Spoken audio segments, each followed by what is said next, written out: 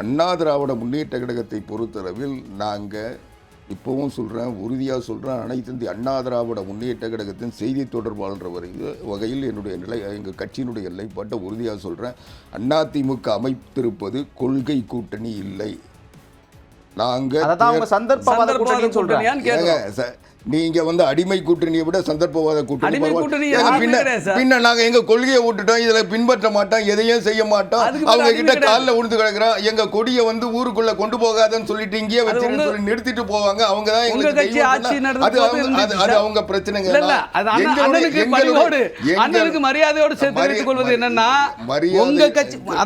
மரியாதை எல்லாம்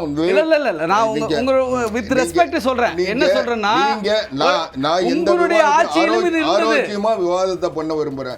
நீங்க எங்களை தரம் தாழ்ந்து விமர்சிக்கிறேன்னா விமர்சிக்க தெரியும். ஆனா அந்த அளவுக்கு உங்ககிட்ட பலகீனம் இருக்கு, அதை நான் வெளிப்படுத்த வேண்டிய அவசியத்தை உருவாக்காதீங்க. நான் சொல்றது நேரடியா சொல்றேன். அண்ணா திராவிட முன்னேற்ற கழகம் கொள்கை கூட்டணி இல்லை, தேர்தல் கூட்டணி.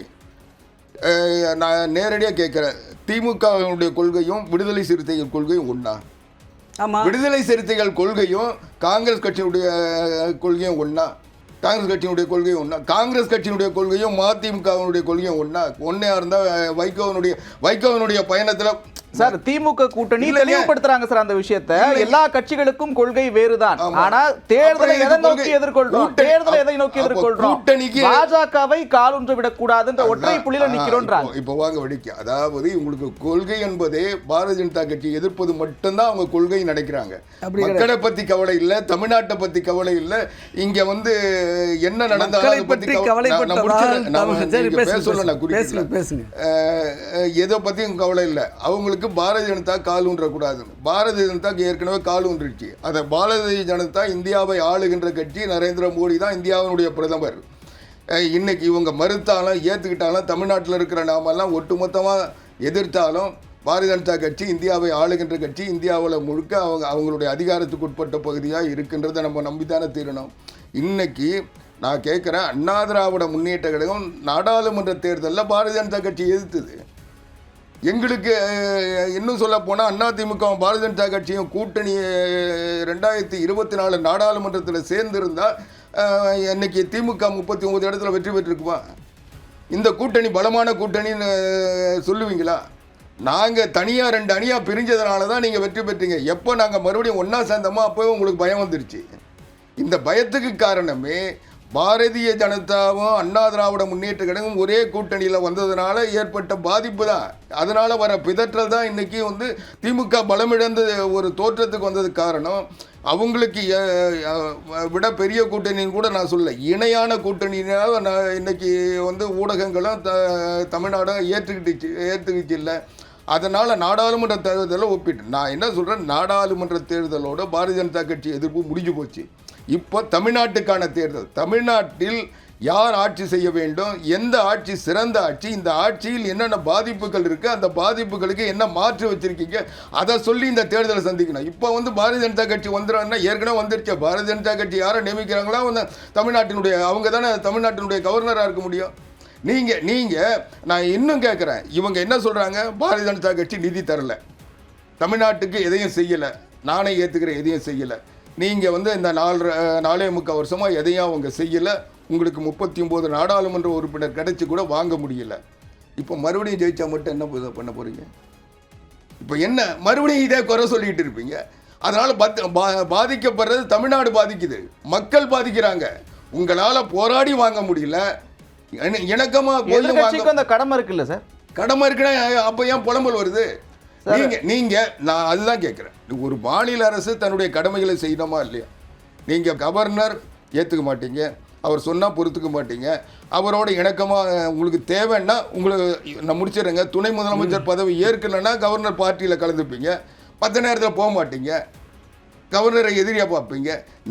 உங்களுடைய தேவைக்குன்னா மத்திய அரசில் போய் பிரதமரை பார்ப்பீங்க, தபால் தலை வெளியிடுறதுக்கு அனுமதி வாங்க, அங்கேருந்து ராஜ்நாத் சிங்கை கூப்பிட்டு வெளியிடுவீங்க. அது ஆனால் தமிழ்நாட்டினுடைய பிரச்சனைக்கு, மக்கள் பிரச்சனைக்கு எதிர்ப்பீங்க. நிச்சயமா அவர்கிட்ட நம்ம ஒன் லைனில் சொல்கிறார், டபுள் இன்ஜின் சர்க்கார்னா என்ன அப்படின்னு ஒன் லைன்ல சொல்றாரு. மறுபடியும் நீங்க ஆட்சிக்கு வந்தா இதே புலம்பல தானே பண்ணிக்கிட்டு இருப்பீங்க அப்படின்னு சொல்றாரு. நிறைவு கருத்தா 2026 தேர்தல் களம் எப்படி இருக்க போகிறது, விசிகாவுடைய எதிர்பார்ப்புகள் என்னவாக இருக்கும்?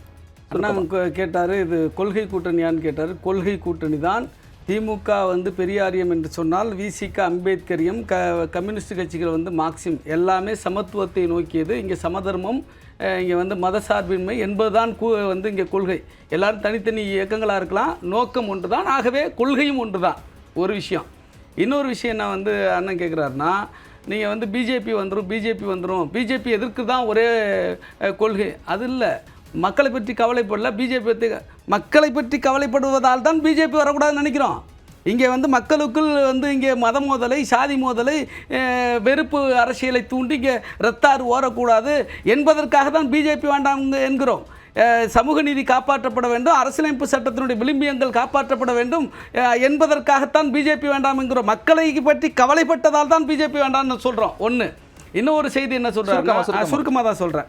அண்ணன் சொன்னார், நீங்கள் வந்து 24 நாங்கள் தனித்தனியாக நின்னோம், ஒன்றா நின்றால் நீங்கள் வந்திருக்க முடியுமான்னு கேட்டார். 21 எல்லாம் ஒன்றா தான் நின்னீங்க, வந்துட்டீங்களா?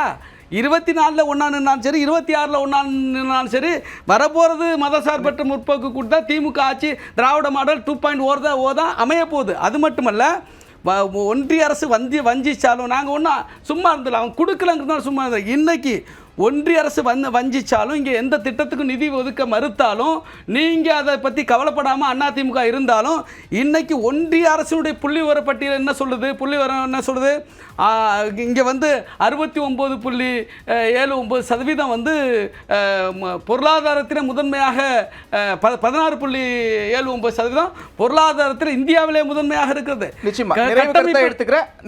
ஒரே நிமிஷம். கட்டமைப்பில், கல்வியில், சுகாதாரத்தில், ஜவுளி ஏற்றுமதியில் அனைத்திலும் நம்பர் 1 இருக்கிறது. பெண்களுக்கான திட்டங்களில் நம்பர் 1 இருக்கிறது.